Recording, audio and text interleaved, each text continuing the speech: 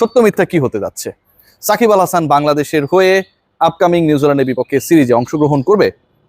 মাশরাফি বিন মুর্তজা যিনি বাংলাদেশে রয়েছেন, যে সাকিব আল হাসান বাংলাদেশে নিয়ে তাকে নিয়ে অনেক ডিসকাশন, অনেক আলোচনা, বাট মাশরাফি বিন মুর্তজা এই মুহূর্তে বাংলাদেশেই রয়েছেন। মাশরাফি বিন মুর্তজাকে বাংলাদেশ ক্রিকেট বোর্ড বাংলাদেশের ক্রিকেটের স্বার্থে, বাংলাদেশের ক্রিকেটের উন্নয়নে এই মুহূর্তে বাংলাদেশ যে চ্যালেঞ্জের মধ্যে রয়েছে, স্পেশালি অন 50 ওভার্স ক্রিকেট, আগামীর বিশ্বকাপে সরাসরি খেলতে হলে র্যাঙ্কড 9th এর মধ্যে থাকতেই হবে, পেছানো যাবে না। এবং এই 50 ওভার্স ক্রিকেটের বাংলাদেশের সবচেয়ে সাকসেসফুল ক্যাপ্টেন মাশরাফি বিন মুর্তজা, তাকে বিসিবি কাজে লাগাতে যাচ্ছে। এই যে হাওয়া, এই যে আলোচনা, এই যে ডিসকাশনস, এবং এই ডিসকাশনের মধ্যমণি দুজন সাকিব আল হাসান এবং মাশরাফি বিন মুর্তজা দুজনই কি বাংলাদেশের ক্রিকেটে আবারও সার্ভ করতে আসছেন।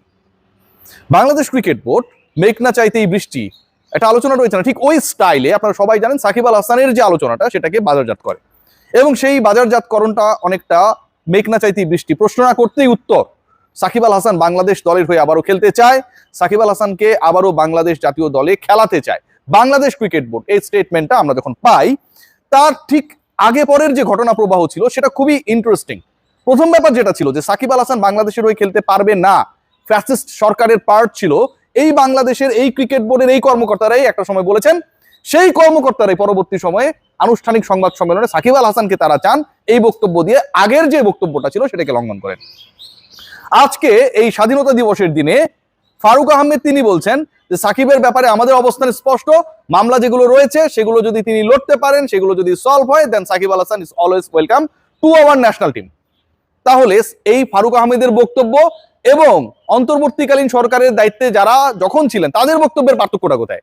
তারাও তো একই কথা বলেছে, সাকিব বাংলাদেশে আসুক, বাংলাদেশে এসে মামলা ফেস করুক, ফেস করার পর যদি তিনি নির্দোষ প্রমাণিত হন তাহলে তাকে খেলতে দেওয়া হবে। এই যে ফারুক আহমেদের বক্তব্য, অন্তর্বর্তীকালীন সরকারের বক্তব্য, দুটাই এক। মাঝখানের যে বক্তব্য ছিল যে সাকিবের মামলা নিয়ে সকল কর্মকাণ্ড বাংলাদেশ ক্রিকেট বোর্ড হ্যান্ডেল করবে since Shakib Al Hasan is not at the country.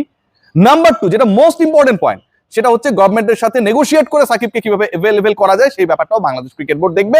Circumstance এরকমটাই ছিল। সেই বক্তব্য থেকে বাংলাদেশ ক্রিকেট বোর্ড কর্তারা, যারা এর আগে সাকিব সাকিব বলে তাদের অতীতের যে কর্মকাণ্ড সেগুলোকে আসলে ভ্যালিড করার চেষ্টা করেছেন, তারা সরে এসেছেন। মাশরাফির টপিকটা নতুন করে মার্কেটে ছাড়া হয়েছে। এই মুহূর্তে টপিকের অভাব আপনারা সবাই জানেন, এবং সেখানটায় পেট্রোল, এলএনজি, এলপিজি সবকিছু আপনারা জানেন যে ওই যে গ্যাঞ্জাম চলছে, যে কারণে স্ট্রেট অফ হরমুজে টপিকের অভাব তেলের অভাবের মতো হয়ে গেছে। বাংলাদেশ ক্রিকেট বোর্ড মাশরাফির টপিকটাকে নতুন করে এটাকে উত্থান করার চেষ্টা করছে, এবং সেখানটায় বলা হচ্ছে যে মাশরাফি মুর্তজাকেও বাংলাদেশের ক্রিকেটের সাথে কাজে লাগানো উচিত। যেখানটায় জনপ্রিয়তা রয়েছে, পাবলিক সাপোর্ট রয়েছে, ফ্যান বেস রয়েছে, মানুষ এরকম কথা বললে সেটা তারা খাবে, সেই বক্তব্যটা দিয়ে মাশরাফি বিন মুর্তজাকে এই মুহূর্তে বাংলাদেশের ক্রিকেটে রেলেভেন্ট করার একটা বক্তব্য, জাস্ট যেটা আইওয়াস, সেই কাজটা বাংলাদেশ ক্রিকেট বোর্ডে কর্মকর্তারা ইনিয়ে বিনিয়ে সুর তাল লয়ে বিভিন্নভাবে ছড়ানোর চেষ্টা করছেন। বাট এটা কি আসলে reality? They had any discussion with Mashrafe Bin Mortaza regarding his involvement with the team? মাশরাফিকে তো দরকার, ডেফিনেটলি দরকার। মাশরাফির স্কিল দরকার, বুদ্ধি দরকার, পরামর্শ দরকার, তার দিক নির্দেশনা দরকার। মাশরাফির মতো একটা অ্যাসেট যদি আপনার দেশে থাকে, পলিটিক্স ভুলে যান, তাকে কাজে লাগানোর ক্ষেত্রে আপনার কোনো ধরনের, আমি মনে করি, ব্যক্তি পক্ষপাত দুষ্টতা থাকার কোনো কারণ নেই। মাশরাফি সাকিব তাদের ক্রিকেটিং স্কিল, ট্যালেন্ট, অভিজ্ঞতাকে আপনি কাজে লাগাতে চাইবেনই। কিন্তু বাংলাদেশ ক্রিকেট বোর্ড এই দুই ক্রিকেটারকে আসলেই কাজে লাগাতে চায় কিনা, পয়েন্টটা ওখানটায়। কাজে লাগাতে যতটুকু চায়, তাদের স্কিলকে বাংলাদেশের অনফিল্ড পারফরমেন্সে তার থেকে বেশি কাজে লাগাতে চায় ফিল্ডের বাইরে তাদের যেসব বিতর্ক রয়েছে সেগুলোকে ঢাকার জন্য সাকিব এবং মাশরাফির প্রলেপটা ওই বোতলের উপরে এটিয়ে দিতে। যখন সামনে থাকবে সাকিব, কথাবার্তায় যখন আপনি মাশরাফির কথা বলবেন, দেন আপনি ওই পয়েন্টগুলো নিয়ে কথা বলবেন না। বাংলাদেশের ক্রিকেটে এখন কোন পয়েন্টে কথা হচ্ছে সেই পয়েন্টে যে সিটিং ডিরেক্টরদের দুর্নীতি, সিটিং ডিরেক্টররা এমন কিছু কর্মকাণ্ড করেছে যেটাতে বিশাল আর্থিক অসঙ্গতি, আত্মসাতের মতো বিষয়গুলো সাধারণ মানুষ যারা ভুক্তভোগী তারা তুলে আনছে। এই পয়েন্টগুলোকে জাস্ট পাশে ঠেলে রাখার জন্য আপনি একসময় যাদেরকে প্যাসিস্ট বলেছিলেন তাদেরকে এখন আপনি সামনে নিয়ে আসছেন, কারণ তাদের প্রতি, তাদের ক্রিকেটের নিবেদনের প্রতি, পলিটিক্স ভুলে যান, আবারও বলছি, মানুষের সাপোর্ট রয়েছে, তাদের অ্যাবিলিটির ব্যাপারে মানুষের সমর্থন রয়েছে, আত্মবিশ্বাসের জায়গা রয়েছে। সো ক্রিকেট বোর্ড থেকে যখন বলা হবে যে আমরা সাকিবকে খেলাতে চাই, আমরা মাশরাফিকে কাজে লাগাতে চাই, তখন মানুষ সেটা লুফে নেবে, মানুষ ভুলে যাবে যে এখানটায় অন্য এমন কিছু ঘটছে যে জিনিসটা আসলে সাপোর্টেবল না। একটা মাঠে চিন্তা করতে পারেন যে এই ক্রিকেট বোর্ডের একজন সিটিং ডিরেক্টর, ফ্যাসিলিটিস কমিটির দায়িত্বে যিনি রয়েছেন সানিয়ান তানিম, তিনি চট্টগ্রামের যে মাঠটা রয়েছে সেই মাঠে যে পর্যাপ্ত পানি, সেই পানি নিশ্চিতের চেষ্টা করেছেন, অথচ বাংলাদেশ ক্রিকেট বোর্ড তার সেই চেষ্টাকে আটকে দিয়েছে। এত কোটি টাকা রয়েছে, কিন্তু আপনি একটা পানির জন্য প্রয়োজনীয় ডিপ টিউবওয়েল বা পাম্প অথবা ওই প্রপার পানিটা ইনশোর করার জন্য মাঠে আপনি কোনো কাজ করতে দেবেন না। ভাবা যায় এই ঘটনাগুলো এখানটায় ঘটেছে। এই ঘটনাগুলোকে আপনারা আইওয়াশ হিসেবে বলতে পারেন যে এটা হচ্ছে আসলে উদ্দেশ্য ছিল না। ডেফিনেটলি ভাই, ক্রিকেট বোর্ডের সবার উদ্দেশ্য তো খারাপ ছিল না।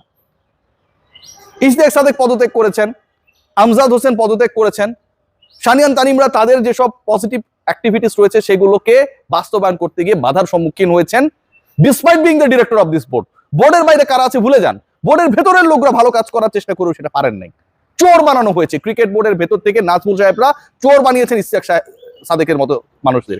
সো এই বোর্ডের এই ব্যাপারগুলোকে যেন মানুষ ভুলে যায়, এই ব্যাপারগুলো যেন সামনে না আসে, এই বিতর্কগুলোর ব্যাপারে যেন মানুষের কনসেন্ট্রেশন না থাকে দেখে ইম্পোর্ট করা হয়েছে সাকিব আল হাসান, ইম্পোর্ট করা হয়েছে মাশরাফি বিন মুর্তজার টপিক।